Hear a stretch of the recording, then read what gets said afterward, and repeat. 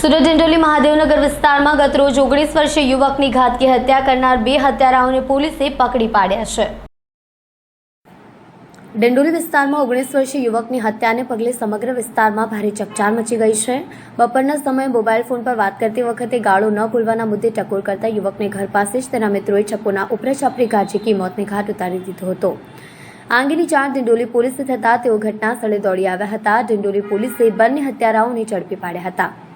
प्राप्त माहिती अनुसार ડિંડોલી વિસ્તારમાં આવેલા મહાદેવનગરમાં રહેતો 19 વર્ષીય અંશ ઉર્ફે ગૌરવ આનંદ સરસાટ ગતરોજ રાત્રે 9:30 વાગે પોતાના ઘરની પાસે આવેલી સવિતા મેડિકલ સ્ટોર્સની ગલીમાં બેઠો હતો। દરમિયાન તેનો મિત્ર કૈલાશ રામસિંહ અને રાકેશ ઉર્ફે રાખુ સાવલે તેની પાસે આવ્યા। અંશ સિરસાટ કંઈ સમજી વિચારે તે પહેલા જ બંને યુવકો પૈકી રાકેશે અંશ સિરસાટને પાછળથી પકડી લીધો હતો અને કૈલાશે પોતાની પાસે રહેલા ચપ્પુથી ઉપરેછાપરી ઘા કરી અંશ સિરસાટને મોતને ઘાટ ઉતારી દીધો હતો। હત્યાને પગલે સમગ્ર વિસ્તારમાં ભારે ચકચાર મચી જવા પામી હતી। ચપ્પુના હુમલાને કારણે અંશ સિરસાટ ઘટના સ્થળે જ ઢળી પડ્યો હતો। 108 એમ્બ્યુલન્સ દ્વારા હોસ્પિટલ લઈ જવામાં આવ્યો હતો। જોકે પ્રાથમિક સારવાર મળે તે પહેલા જ તબીબોએ તેને મૃત જાહેર કર્યો હતો।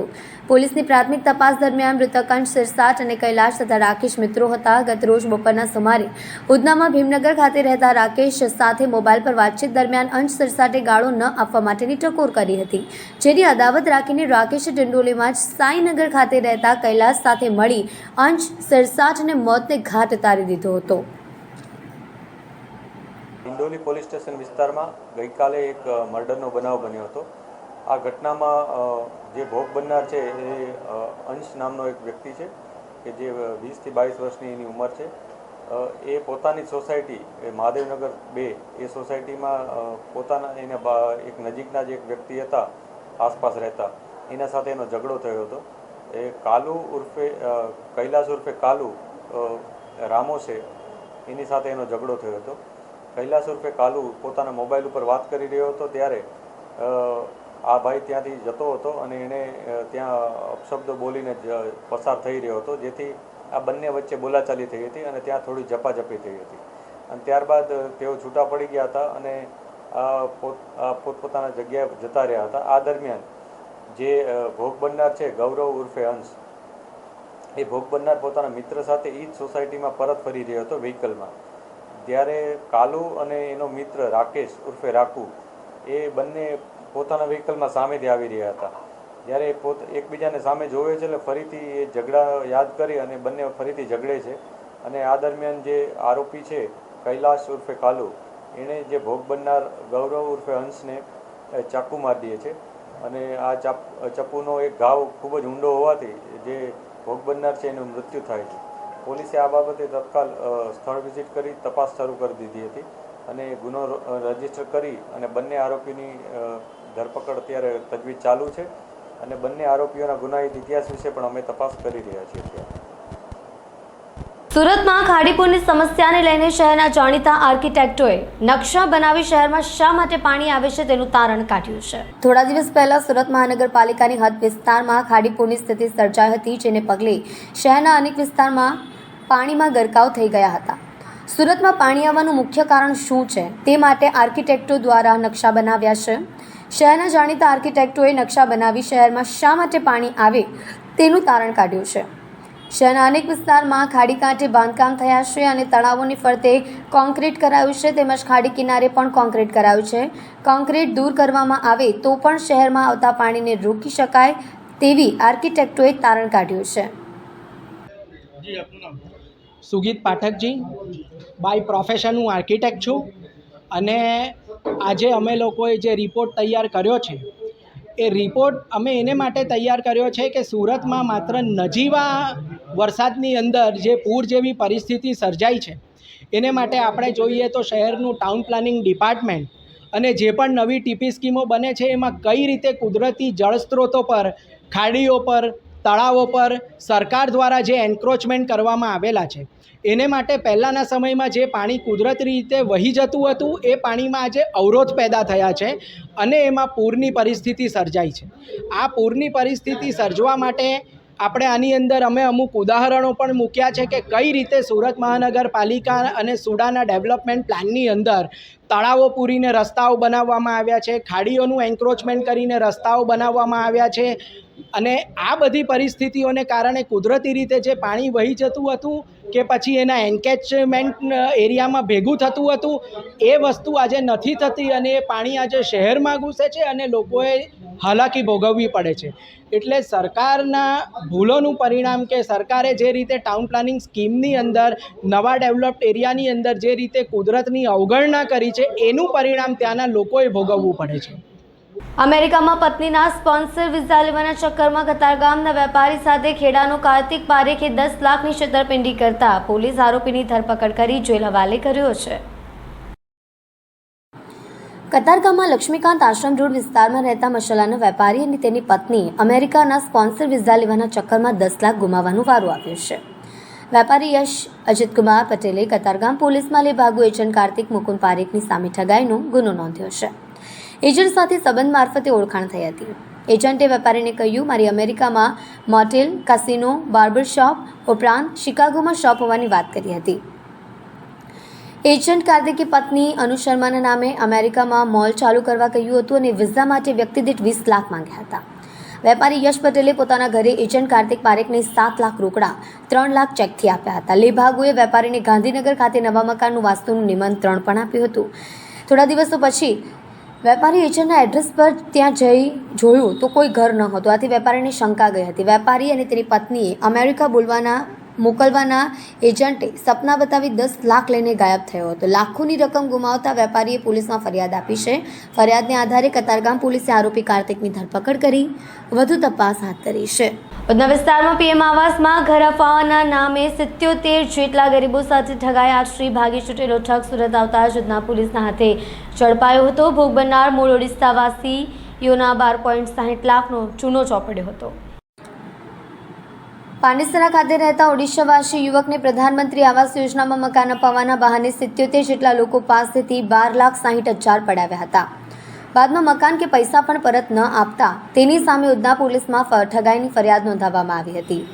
અમરોલીના કોસાડ આવાસમાં રહેતા 62 વર્ષીય પંચનાથ મહાદેવ પ્રધાનને તેમના એક મિત્રએ જણાવ્યું હતું કે ઓડિશાના ઉપેન્દ્ર ઉર્ફે હરિઓમ જુરિયા બિસ્સોએ આપણા લોકોને પ્રધાનમંત્રી આવાસ આપવાનું કામ કરે છે. જેથી પંચનાથ વર્ષ 2013માં ઉપેન્દ્રને મળવા તેની ઉધના 3 રસ્તા ખાતે ઓફિસે ગયો હતો. ઓફિસમાં પંચનાથે પોતે પ્રધાનમંત્રી આવાસના મકાન અપાવવાનું કામ કરતો હોવાનું કહ્યું હતું અને મકાનનું ફોર્મ ભરવા માટે 10,000 એડવાન્સ ફી લેતો હોવાનું કહ્યું હતું. બાકીની રકમ મકાન મળ્યા બાદ લેશે તેવું પંચનાથને જણાવ્યું હતું. પંચનાથે તેની અને તેની દીકરીના નામે આવાસમાં મકાન લેવા ઉપેન્દ્રને 20,000 રૂપિયા આપ્યા હતા. બાદમાં પંચનાથે તેના સંબંધીઓને પણ આ બાબતે વાત કરતા તેમણે પણ પ્રધાનમંત્રી આવાસના મકાન લેવા ઉપેન્દ્રને બુકિંગ પેટે રૂપિયા આપ્યા હતા. આરોપીએ ઉધના ખાતેની ઓફિસેથી 78 જેટલા લોકો પાસે પ્રધાનમંત્રી આવાસના નામે 12,60,000 ખંખેરી લીધા હતા. બાદમાં મકાન કે પૈસા ન આપી ઠગાઈ કરતા તેની સામે ઉધના પોલીસમાં ફરિયાદ દાખલ કરાઈ છે. ઉધના પોલીસ સ્ટેશનમાં 5 ઓગસ્ટના રાત્રે 22:45 વાગે એક ગુનો દાખલ થયેલ છે. આ ગુનાના જે ફરિયાદી છે એ પંચાનંદ મહાદેવ પ્રધાન, જે ગંજામ જિલ્લા ઓરિસ્સાના વતની છે અને હાલ સુરત કોસાડ આવાસ ખાતે રહે છે.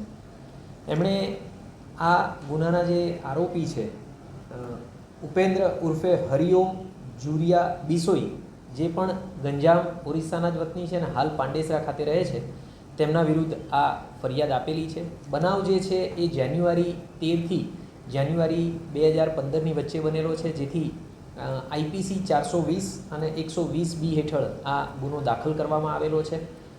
બનાવ એ રીતનો છે કે જે ફરિયાદી છે એમને આ આરોપી ઉપેન્દ્ર પ્રધાનમંત્રી આવાસ યોજનામાં ઘર અપાવશે એવી લાલચ આપી અને એમની પાસેથી પૈસા લીધેલા હતા જાન્યુઆરી 13માં.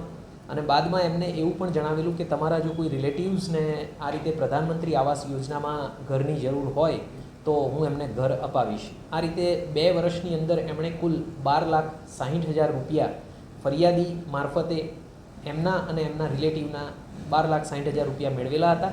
ત્યારબાદ મકાન અપાવી ન શક્યા અને વાયદા કરતા હતા. કોઈ પણ પ્રકારનું આ બાબતેની રસીદ આપેલી નહોતી, કોઈ ફોર્મ ભરાવેલા નહોતા, જેથી ફરિયાદીને શક પડતા એમણે અને એમના રિલેટિવ્સે રૂપિયાની ઉઘરાણી ચાલુ કરી એટલે બાદમાં 2021માં આ બાબતની અરજી આપવામાં આવી. અરજીના સંદર્ભે જ્યારે આરોપીને બોલાવવામાં આવ્યો ત્યારે એણે 6 માસની અંદર આ રૂપિયા પરત કરી દેવાનું વચન આપ્યું લેખિતમાં, અને બાદમાં પણ રૂપિયા ન પરત કરતા ફરિયાદીની ફરિયાદના આધારે આ ગુનો રજીસ્ટર કરવામાં આવેલો છે.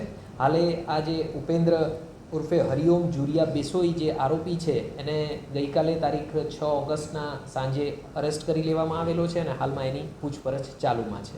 સુરતમાં ફરી એકવાર વ્યાજખોરનો આતંક સામે આવ્યો છે. વ્યાજે નાણાં આપી ઊંચા દર વસૂલતા વ્યાજંકવાદી સામે પોલીસ કમિશનરને રજૂઆત કરાઈ છે. એક બાજુ લોકોને વ્યાજખોરોના ચુંગાલમાંથી મુક્ત કરવા માટે સુરત શહેર પોલીસ દ્વારા એક અભિયાન ચલાવવામાં આવી રહ્યું છે. સુરતમાં વધુ એક વખત શહેરીજન ભોગ બન્યા હોવાની ઘટના પ્રકાશમાં આવી છે. કતારગામ વિસ્તારમાં દિલીપ બોદરા અને કીર્તિબેન પટેલ દ્વારા વ્યાજે નાણાં આપી ઊંચા દર વસૂલાતા વ્યાજંકવાદી સામે પોલીસ કમિશનરને રજૂઆત કરાઈ છે. વધુમાં ભોગ બનનાર સહિત સામાજિક કાર્યકર શું કહે છે, આવો જાણીએ. મારું નામ છે હાજી ગોરુભાઈ બક્ષી. અમે દિલીપ ગોધરા પાસેથી પૈસા લીધા હતા. એ પૈસા 10-5 મોડો થતો તો ચક્રવૃદ્ધિ વ્યાજ માંગતો હતો અમારા પાસેથી. એ અમે ન ચૂકવી શકતા હતા. તે પછી અમારો ચેક બાઉન્સ કરતો હતો.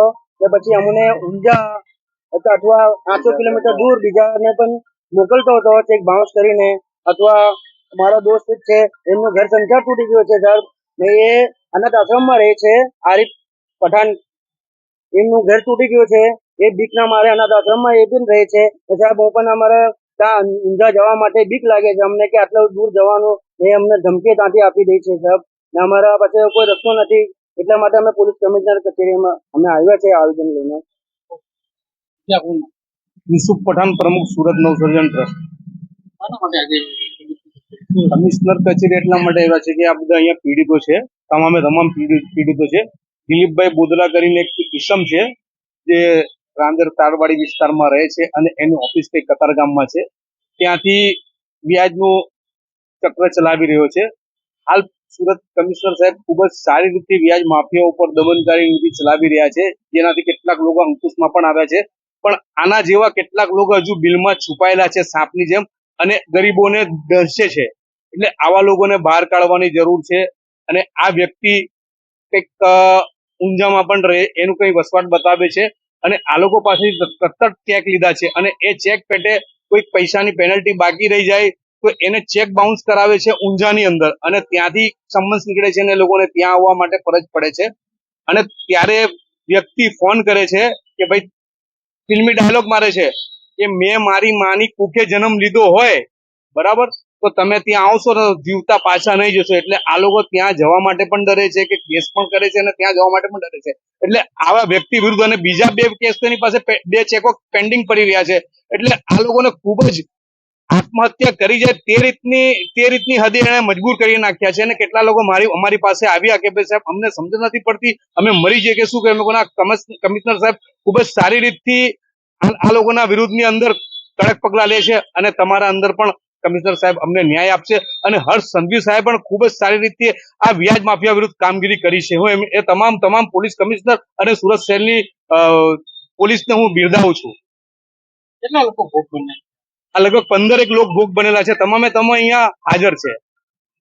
સુરતમાં મહાનગરપાલિકામાં શાસક પક્ષ તરીકે ભાજપ અને વિરોધ પક્ષ તરીકે આમ આદમી પાર્ટી સત્તા સંભાળી રહી છે, ત્યારે કોંગ્રેસનો એકડો નીકળી ગયો છે. જોકે આજે સુરતની સોસાયટીઓમાં ગટરના પાણીનો નિકાલ ન થવાને કારણે લોકોને પડી રહેલી હાલાકીને પગલે કોંગ્રેસના નેતા દ્વારા સ્થાનિકોને સાથે લઈને આપ ભાજપ ભાઈ ભાઈ ગટરનું પાણી રોડે જાય ના નારા સાથે વિરોધ પ્રદર્શન કરવામાં આવ્યું હતું.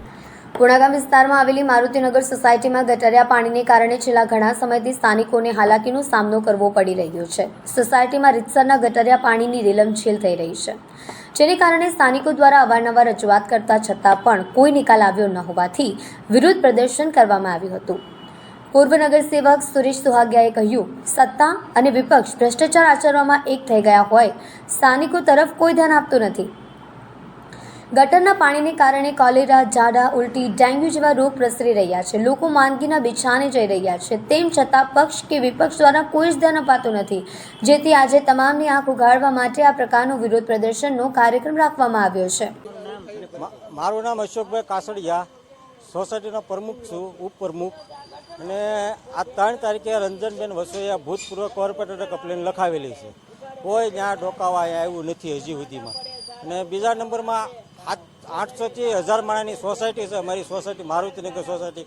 છોકરાઓ રખડતા હોય, હાલચાલ થતી હોય, 3-4 સોસાયટીનો મેન રસ્તો છે. રોગશાળા થાય, ડેન્ગ્યુ થાય, આ થાય તે થાય, તો આ કોઈ સાપ કોઈ ડોકાવે નહીં. હું આગળ સાપ ઝોન ઓફિસર હું ખુદ જઈ આવ્યો. આનું શૂટિંગ ઉતારી મારા મોબાઈલમાં શૂટિંગ છે, ત્યાં લઈને ગયો. ત્યાં 2 સાપના નિલેશ સાપ કરી છે, પંડ્યા સાહેબ છે, બેને ફોન કર્યા. પંડ્યા સાહેબ એમ કીધું હું રજા ઉપર છું. નિલેશ સાહેબે મને એવું કીધું હું આગળ માણસોને મોકલું છું તો જોઈ જાય. લાભુબેન મારુતિનગર છે અને સમસ્યા છે આ ગટર ધીમી ધીમી ઉભરાતી હતી ત્યાં લગી અમે કાંઈ ન કીધું, પણ આ વધારે બધું મળ્યું થવા એટલે અમે કમ્પ્લીટ લખાવી તો કોઈ પાછું અહીંયા આવતું નથી, ધ્યાન ધરતું નથી. છોકરાઓ ઘરે પગે હાલે, દુકાનમાં લેવા આવે અને હાજા માંદા થાય, ઝાડા ઉલટીના વાસે તો તાવના વાસે. આ લાભુબેન બોલે એને જ ખુશ તાવ ને ઝાડા છે. માંગ્યું છે કે આ ગટર હારી કરી જાય એમ માંગી છે, જલ્દી આવો અને આ ગટર